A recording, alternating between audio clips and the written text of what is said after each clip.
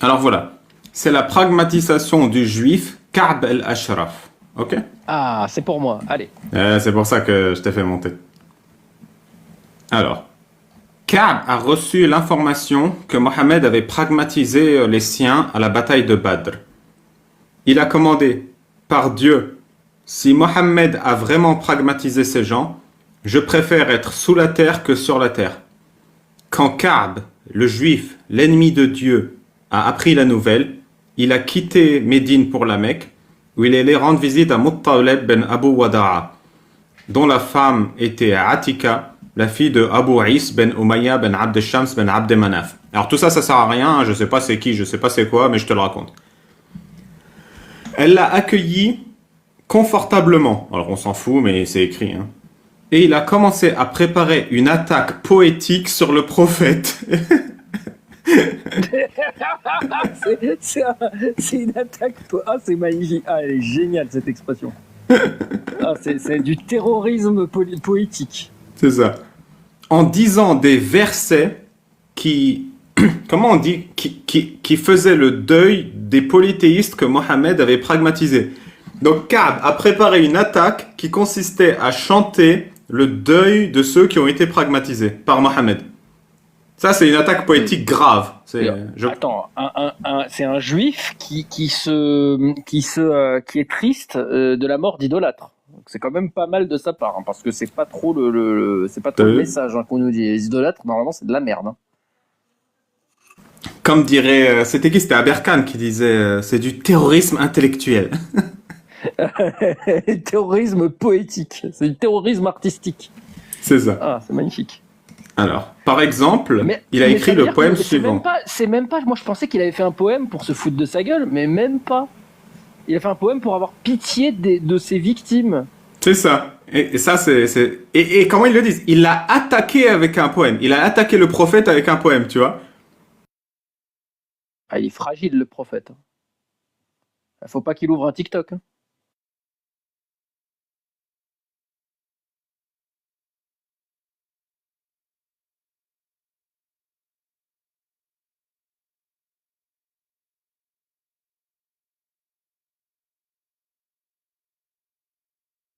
Ah, pardon, j'ai le micro coupé. Et du coup, il dit deux versets du poème de Ibn Ishaq. Pour le massacre de Badr, les victimes sont sous terre. Et pour ces victimes, je parle et je pleure. Genre vraiment, c'est un poème de deuil, quoi. Genre la citation qu'ils en ont pris, c'est vraiment un mec qui est trop triste des victimes. Ah, mais c'est genre l'attaque, quoi. Oh mon dieu. Ah bah l'attaque. Alors, Ka'b est rentré à Médine et il a raconté ces versets. Il a écrit des poèmes suggestifs sur le comportement des femmes musulmanes et qui critiquaient le prophète Mohammed. Donc Gogo, il a écrit du rap, genre ta mère c'est une timpe, tu vois. Et il critiquait le prophète. Mais c'était vrai, non? Mais je sais pas, après. Enfin, je sais pas. Mais en tout cas, ça c'est du. Encore une fois, il a attaqué avec des poèmes. Alors. Il a fait du mal au messager de Dieu en le ridiculisant. Abu Sufyan à la Mecque a demandé à Ka'b, je te demande, de ton point de vue, quelle est la religion préférée de Dieu? Celle de Mohammed ou la mienne? Ka'b a dit, votre religion est certainement beaucoup plus correcte et appropriée que celle de Mohammed. Vous êtes plus généreux, vous donnez à quiconque passe et qui a soif, vous donnez à manger à quiconque a faim, vous êtes beaucoup mieux guidé que Mohammed et ses barbares. Moussa a répondu, ah non, alors Dieu a révélé le verset suivant à son messager. N'as-tu pas considéré ceux à qui on a donné une partie du livre, qui croient à la magie et aux démons, et qui dit à ceux qui mécroient, nous sommes mieux guidés que vous.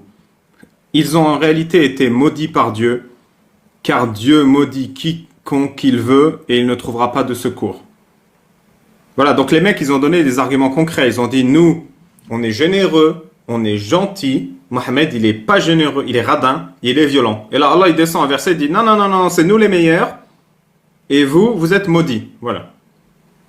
Et comme Ka'b il a dit t'as raison, c'est vous les meilleurs, ça rajoute à sa liste de crimes envers Mohammed.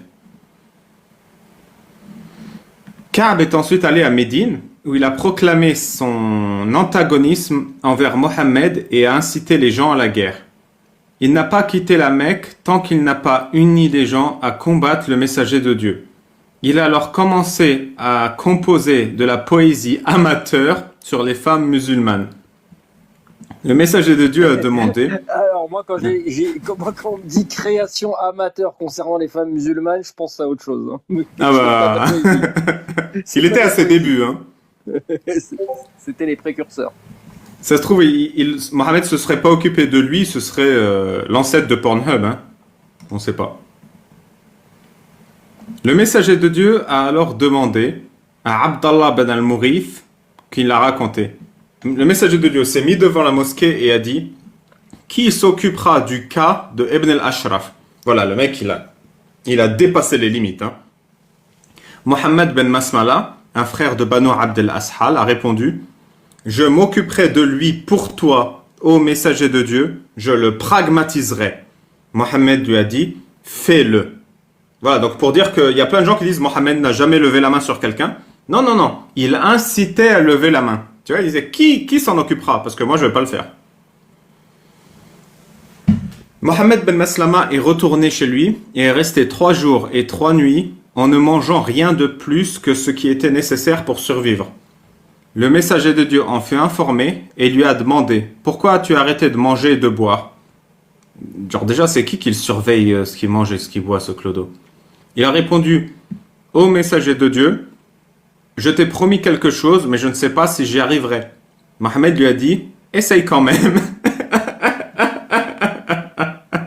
Ça veut dire non seulement déjà Mohammed, il dit qui va faire ça? Et puis lui, il y en a un qui se zèle un petit peu, tu vois, il dit bah vas-y. Et le mec, il se déchauffe et il dit non, non, mais vraiment, vraiment, vas-y là. Parce que moi, je vais pas le faire. Hein. Ouais, c'est ça. Vas-y, vas-y, essaye. De toute façon, c'est pas grave. Vas-y, essaye. Tente. Qu'est-ce qui pourrait se passer? Il a répondu ô messager de Dieu, il faudra que j'use de la tromperie. Mohammed a dit dis tout ce que tu veux dire. Personne, moi, je ne te le reprocherai pas. Ta carte blanche. Mohammed ben Maslama, vous allez voir, hein, c'est vraiment une épopée épique, courageuse, héroïque, stratégique. Vraiment, c'est un combat pour la noblesse et la dignité hein, que Mohammed a ordonné. Bah, moi, j'ai envie de dire, s'il veut se protéger, Ka'b, il a qu'à guetter si jamais il voit un mec à poil avec des dattes dans la main et il n'est pas cassé. Mohammed ben Maslama est alors parti pragmatiser Ka'b avec son ami Salkan ben Salama ben Waqsh qui s'appelait Abu Naïla.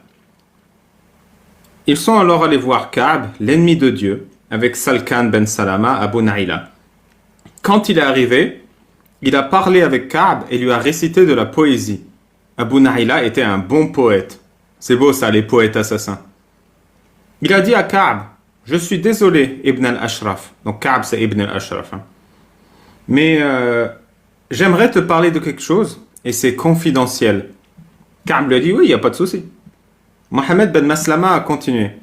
Cet homme est arrivé parmi nous comme un désastre. Les Arabes nous sont hostiles et sont unis contre nous. Ils ont coupé nos routes de pillage et les jeunes ont peur et n'ont plus de quoi vivre. Nous et nos familles souffrons grandement. Ka'b a commenté. Je suis le fils de Al-Ashraf. Ne t'ai-je pas dit, Ibn Salama, que ça finirait mal? Salkan alors dit à Ka'b, non, non, non, c'est pas de ça que je voulais parler. Je voulais... Donc en fait, le mec, il est envoyé pragmatiser Ka'b. Il vient avec son pote. Son pote, il le triche un peu. Il fait, viens, on va parler poésie dans cette ruelle sombre. Et quand il arrive dans la ruelle sombre, le mec qui devait le pragmatiser, il fait, ouais, on va te casser la gueule. Et le mec fait, non, du calme, on va pas lui casser la gueule. Genre, il casse le plan dès le début, tu vois. Il dit, non, c'est pas ça du tout. On va juste t'acheter à manger. Et on n'a pas de quoi acheter, donc on voudrait savoir qu'est-ce que tu veux comme garantie. Alors Ka'b a dit, tu me donnes ton fils en garantie? Ça va pas la tête? Les gens vont dire que j'ai vendu mon fils et je ne me sentirai plus en sécurité. Alors vous me donnerez vos armes en garantie. Salkan dit, non, je te donne pas mes armes, je veux rester en sécurité. Salkan est retourné voir ses compagnons et leur a raconté cette histoire. Ils lui ont dit, si, donne-lui les armes. Prends les armes et va le voir. Vous voyez où elle va cette histoire, hein? Mohammed leur a dit, allez-y, prenez les armes au nom de Dieu et que Dieu vous aide. Ka'b est rentré chez lui, c'était une nuit de pleine lune, et tout le monde marchait vers le château de Ka'b pour le pragmatiser. Abu Naïla l'a appelé. Ka'b avait une nouvelle femme qu'il avait mariée récemment, et il se levait en sortant du lit, et il s'est couvert du drap. Donc tu imagines le mec qui sort du lit, il met le drap comme un manteau, et du coup il va aller voir les mecs qui frappent à sa porte à minuit, tu vois, en pleine lune. Les mecs qui voulaient le pragmatiser pendant l'après-midi. Sa nouvelle femme lui a tenu la jambe et lui a dit « Mais tu es un homme en guerre. Des guerriers viennent te voir à une heure si tardive et tu vas les rencontrer ?» Ka'b a répondu « Mais c'est mon ami le poète Abu Naïla.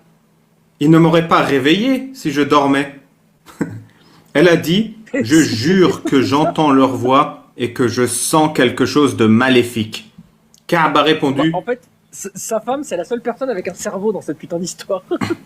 Oui, c'est ça. Et Ka'b a répondu, je suis un homme d'honneur. Même si j'étais invité à me faire poignarder, j'irai quand même. Ils sont tous débiles. Il est alors descendu et les a engagés dans de la poésie. Finalement, ils lui ont demandé, Ibn al-Ashraf, est-ce que tu aimerais marcher avec nous sous la pleine lune, là où nous pourrions passer le reste de la nuit à parler? Ça fait un peu début de porno quand même. Hein. Bien sûr. Donc le mec, il est comme ça avec sa couverture, à poil sous sa couverture, avec 3 mecs armés qui viennent le voir à minuit. Ce sont ses ennemis en temps de guerre. Ils vont, tu viens, on se balade. On fait un battle de rap à la pleine lune. Il y a un petit côté, on va te trouver du travail. Hein. Ouais, c'est ça. Alors ils sont partis et ils ont marché. Finalement, Abu Naïla, donc le poète, hein, a touché les cheveux au niveau de la tempe de Ka'b avec sa main. Et il les a reniflés. T'entends, Jacob? Ah ouais, c'est chaud. Donc il a pris les cheveux au niveau de la tempe et il les a reniflés. Oh, il va sauter le live. Hein. Ah bah. Et il a dit, je jure, je n'ai jamais reniflé quelque chose d'aussi bon. Ils ont continué de marcher et ils ont continué de renifler ses cheveux pour que Ka'b se sente en sécurité. Ah ouais, c'est vrai que les mecs qui me reniflent les cheveux à la pleine lune là, je me sens bien, je me sens en sécurité.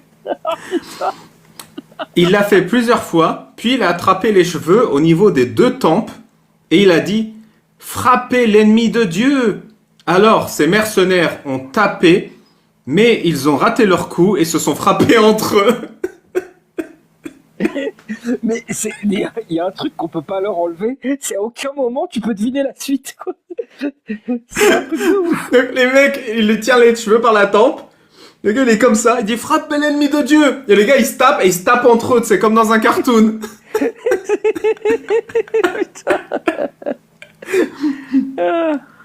Mohamed.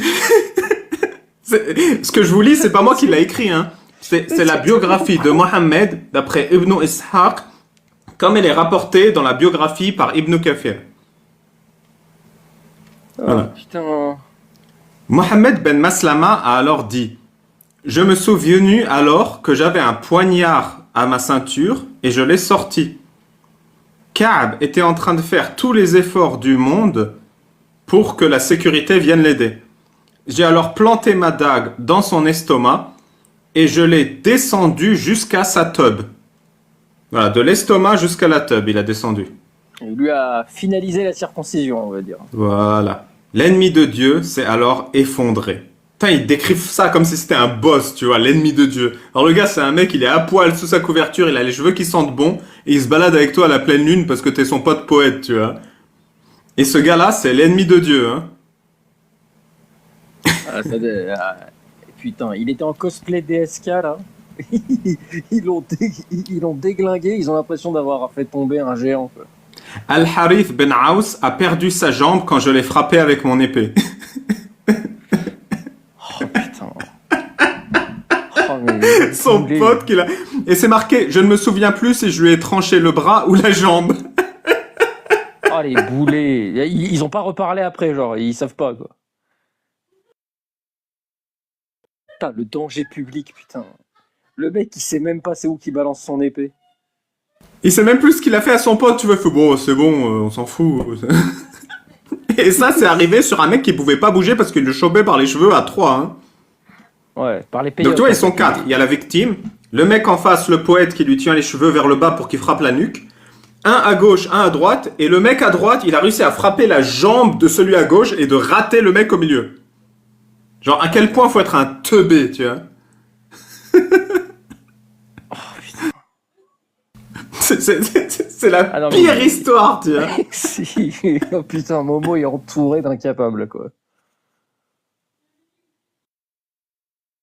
Bon, quand même, ils ont réussi. Après, nous sommes rentrés. Et mon ami a perdu tellement de sang qu'il était un peu lent et qu'on a mis du temps à rentrer chez nous. Nous sommes arrivés devant le messager de Dieu qui était en train de prier la prière du matin. Nous lui avons dit bonjour et il est venu nous voir. Donc le mec, il voit, tu sais, deux clodos qui arrivent et un pote qui a une jambe, qui a perdu tout son sang, qui a marché de Médine à la Mecque à cloche-pied. Et ils arrivent et le premier mec qu'ils voient, c'est Mohammed, et Mohammed, il va les voir. Et ils disent, nous nous sommes occupés de l'ennemi de Dieu. Alors, t'es prêt ou pas, Yaakov? Essaye de deviner la phrase suivante. Bah, Mohamed, il va les voir, il va leur dire c'est bien. Non, ça c'est trop normal. Mohammed a alors craché sur la blessure de notre ami qui s'est refermée et nous sommes rentrés chez nous. D'accord, putain. Non, bah en fait, oh là là, mais ils sont à 3, ils sont estropiés, défoncés, après avoir attaqué quelqu'un par surprise. Et l'autre, il fait de la médecine avec son crachat. La semaine prochaine, je vous ferai l'arnaque des liquides de Mohammed. Donc je vous ferai tous les hadiths sur son pipi, sur son caca, sur son crachat, sur son vomi et sur sa sueur. Voilà, donc ce sera la semaine prochaine, TikTok. Et y a pas un truc avec son sperme aussi? Bien sûr qu'il y a. Qu'on ait tous les fluides, comme ça tout est, Tous les tout est fluides. bon, quoi. Bon, il a craché, tout le monde est rentré chez lui. Le lendemain matin, les Juifs ont vu notre attaque sur l'ennemi de Dieu et au plus aucun Juif ne s'est jamais senti en sécurité. Ah, c'est beau comme conclusion, c'est magnifique. Ah, ils virent heureux et eurent beaucoup d'enfants. Al-Waqidi dit qu'ils ont ramené la tête de Ka'b avec eux. Donc ils ont ramené la tête à Mohammed, donc Mohammed il voulait voir la tête.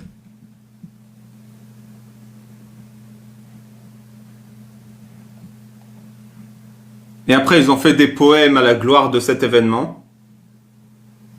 Et en fait, pourquoi cette histoire elle est très importante? Parce qu'en fait, elle fait part de la jurisprudence islamique. Sur la base de cette histoire, il est autorisé pour éliminer un ennemi de Dieu, d'après la loi islamique, de mentir, de trahir, de tromper, de faire semblant d'être ami. En fait, toutes les bassesses que ces mecs ils en font, eh ben, c'est légalisé dans l'islam sur la base de cette histoire. Tu vois, c'est-à-dire, Yes. peu importe comment le mec, il est noble, il est gentil, il est doux, il est insouciant, il est ouvert au dialogue, parce que le mec, il est ouvert au dialogue, évidemment. Hein. C'est-à-dire que Moslem, là, il lui avait dit je vais te pragmatiser. Et le mec, il a quand même sorti à minuit lui parler.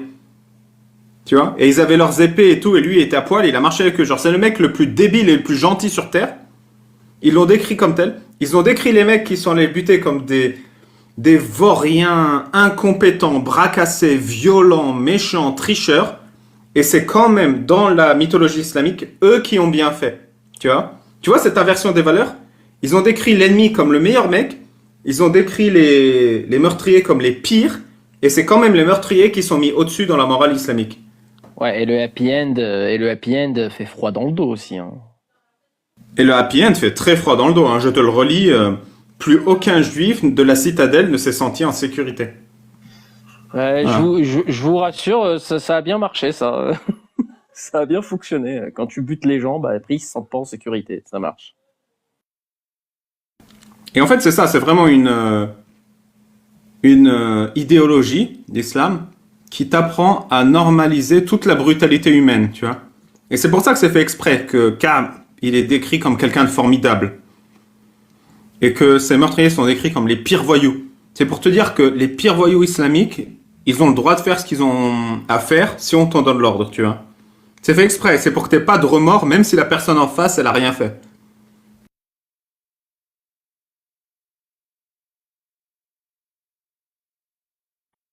Ouais, c'est-à-dire que justement, en fait, on t'isole chimiquement le simple fait d'être contre Allah et contre le prophète. On te l'isole chimiquement au point de te montrer un mec bien sous tout rapport, super gentil, Voilà. super cool. Et son seul tort, c'est qu'il est contre le prophète. Et ben voilà, on te dit, bah ça vaut la mort. Et il est contre verbalement, hein, c'est-à-dire qu'il a fait que parler, le mec. Ouais. Et c'est pas fini. Après cet événement, Mohammed ben Ishaq raconte: le messager de Dieu a alors ordonné: pragmatisez tous les juifs que vous rencontrerez. Mu'aysa ben Mas'ud a alors attaqué et pragmatisé Ibn Sunayna. Donc là, il y a eu des massacres dans la ville. Hein. Un marchand juif qui avait l'habitude de faire du business avec les musulmans. Donc c'est-à-dire le marchand juif là, il arrive, il veut faire son business, et là le musulman il le pragmatise. Tu vois? Son frère Huwaysa ben Mas'ud, vas-y. C'était à la mode, hein. À un moment donné, c'était à la mode. Hein. Bah, je pense que c'est le contraire, c'était pas à la mode. C'est-à-dire, c'est pour ça que tous ces juifs, bah, ils crèvent d'un coup. Ils s'y attendaient pas, en fait. À une trahison instantanée du prophète. Genre, d'un coup, du jour au lendemain, il a dit: maintenant, vous les butez tous. Son frère, Huwaysiya, qui était plus vieux que Muhaysiya, n'était pas encore musulman. Quand Muhaysiya a pragmatisé le marchand juif, Huwaysiya a commencé à le frapper, et en lui disant: mais tu es un ennemi de Dieu. Pourquoi as-tu pragmatisé ce marchand juif? Tout le gras dans ton ventre vient de son argent. Muhaysiya a répondu: on m'a donné l'ordre de le pragmatiser, et celui qui m'a donné cet ordre, s'il m'avait ordonné de te pragmatiser, je t'aurais frappé la nuque aussi. À ce moment, son frère Huwaysiya s'est converti à l'islam. Ah bah tu m'étonnes, c'est sous la menace. Son propre frère, il a dit: je vais te couper la tête si on me dit. Alors il a accepté. Ça n'a aucun sens. C'est-à-dire, ça t'encourage à menacer ta famille. Bah là, ça a du sens. C'est-à-dire que le type, il lui dit: je vais te couper la tête. Ok, je me convertis, y a pas de souci. Ouais, mais oui, ça a un sens. C'est-à-dire qu'il est cohérent, le mec. Son frère, mais même, c'est une religion qui te dit: si on t'ordonne de frapper ton frère, tu frappes. C'est un truc de ouf. Oui, bah on t'explique clairement que si Allah te dit que le blanc c'est noir, bah le blanc c'est noir. Et tu sais, Un l'histoire elle continue. Huwaysiya lui a demandé: si Mohammed t'ordonne de me pragmatiser, tu le fais? Son frère a répondu: oui, je le ferai avec plaisir. Alors Huwaysiya a répondu: par Allah, une religion qui te change aussi profondément ne peut être que magnifique. Et il s'est converti. Ah mais je croyais tellement que la phrase allait être terminée différemment. C'est un truc de ouf, hein?